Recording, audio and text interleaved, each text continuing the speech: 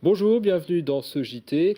Hip-hop, graphe, slam, skate, c'est à découvrir à Brest à partir de samedi avec l'édition 2011 des Rencarts. Nous en saurons plus avec Marianne Gambier, mais avant un point sur l'actualité de ce mercredi 13 avril 2011 dans le Finistère. Et pour commencer, succès immédiat pour la billetterie des Vieilles Charrues 2011. Les passes 3 et 4 jours ont tous été vendus en moins de 24 heures, l'équivalent de 75 000 places. Il ne reste donc plus que des billets à la journée. Rappelons que la 20e édition des Vieilles Charrues, c'est du 14 au 17 juillet à Carhaix. Il est ivoirien, il est installé à Brest depuis seulement 4 mois. David Conan Kouakou est danseur et chorégraphe et il suit de très près la situation dans son pays d'origine, la Côte d'Ivoire. Il est sans nouvelles de ses proches, restés au pays. Entre inquiétude et espérance, il a accepté de commenter la situation dans son pays. J'ai ma famille, mon père, ma mère qui se trouvent à l'ouest de la Côte d'Ivoire. Et que ça fait maintenant presque 2 semaines que je n'arrive pas à les joindre, tout ça, c'est très difficile pour moi. Moi, je pense que le plus dur est fait et que je pense qu'il y aura vraiment la paix dans ce pays-là. Parce qu'on a beaucoup de richesses. Sans la réconciliation, un pays ne peut pas avancer.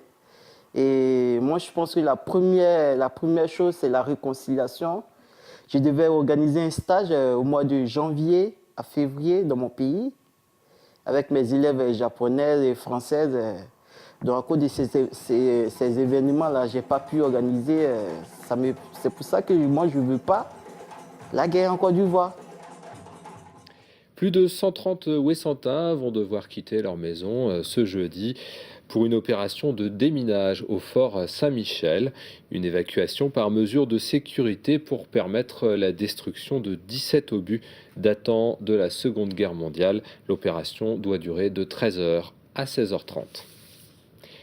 Louis L'Odorat l'a vu, les enfants de Tréguin étaient invités ce mardi et mercredi à découvrir ces 5 sens dans le camion de l'émission C'est pas sorcier.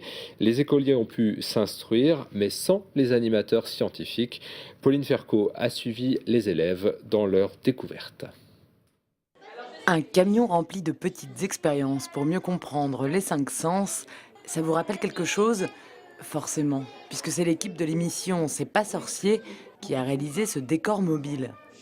Aujourd'hui, sur un parking de Tréguin, 6 classes de CE1 parcourent au pas de course les 5 pièces du camion, de la vue à l'odorat, en passant par le toucher, l'ouïe et le goût.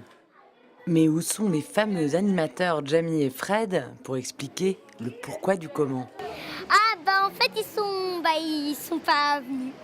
Ils étaient juste à la télévision là-bas. Après avoir senti des épices, écouté des oiseaux dans des casques et louché sur des trompe-l'œil, les enfants sortent du camion très excités, mais pas mieux renseignés. Est-ce que vous avez appris des choses que vous ne connaissiez pas du tout avant ? Non, pas forcément. Finalement, rien de très nouveau. Et puis, C'est pas sorcier, sans Jamie et Fred, c'est quand même moins rigolo. Et ce jeudi, le camion fera escale à Saint-Renan. Un mot de science encore avec une bonne nouvelle pour les 2 équipes de robotique du lycée Yves Thépaut à Quimper. Nous vous en parlions la semaine dernière. Ils participaient à la finale nationale du trophée de robotique.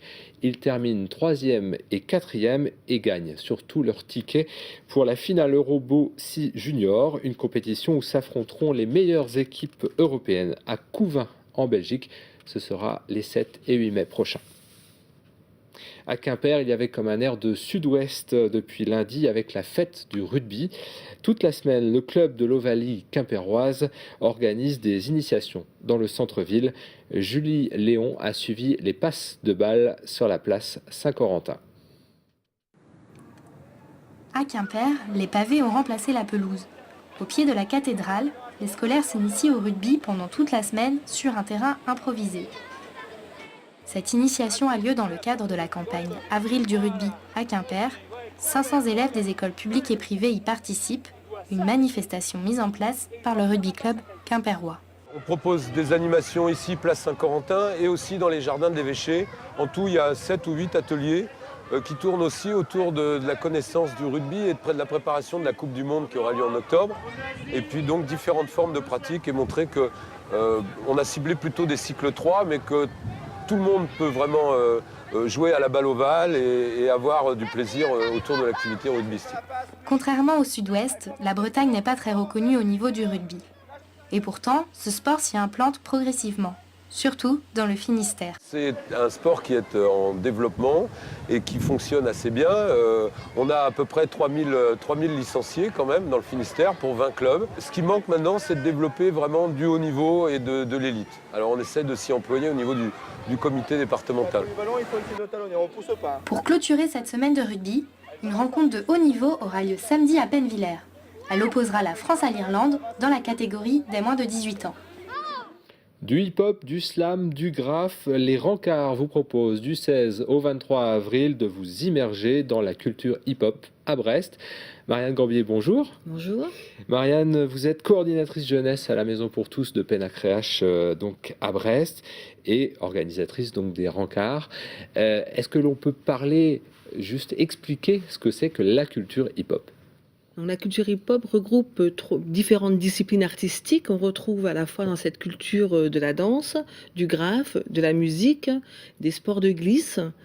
Et puis aussi, surtout, beaucoup de gens qui sont complètement accros de cette culture hip-hop, donc qu'on invite sur Brest à partir donc, du 16 avril.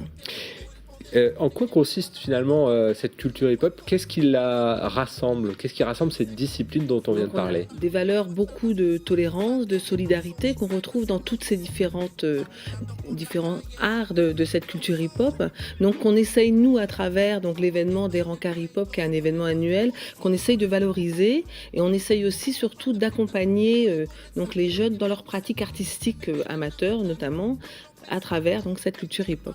Et ils présenteront donc ce qu'ils travaillent toute l'année, notamment ce week-end, ce samedi, place de la Liberté à Brest. Alors on démarre par ce qu'on appelle nous la parade hip-hop, qui contrairement aux années passées ne défilera pas rue Jean Jaurès compte tenu des travaux du tramway, mais donc sera donc présent bien sur la place de la Liberté.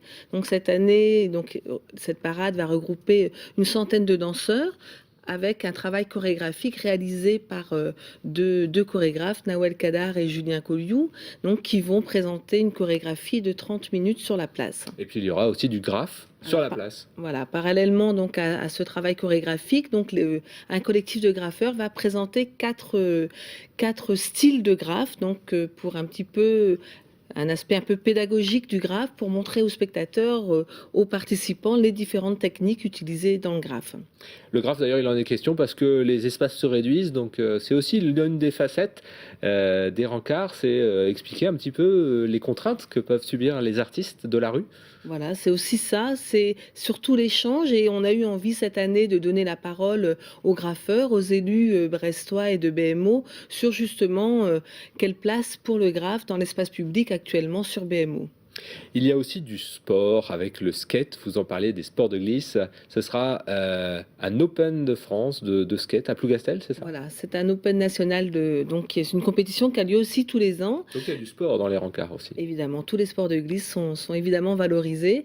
Donc ça a lieu à Plougastel, donc ce week-end, donc organisé par PLO, le Skate Club, qui est partenaire aussi des rencards depuis plusieurs années.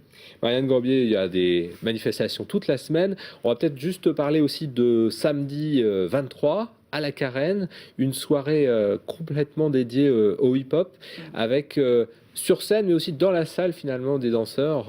Tout le monde pourra expérimenter, voir.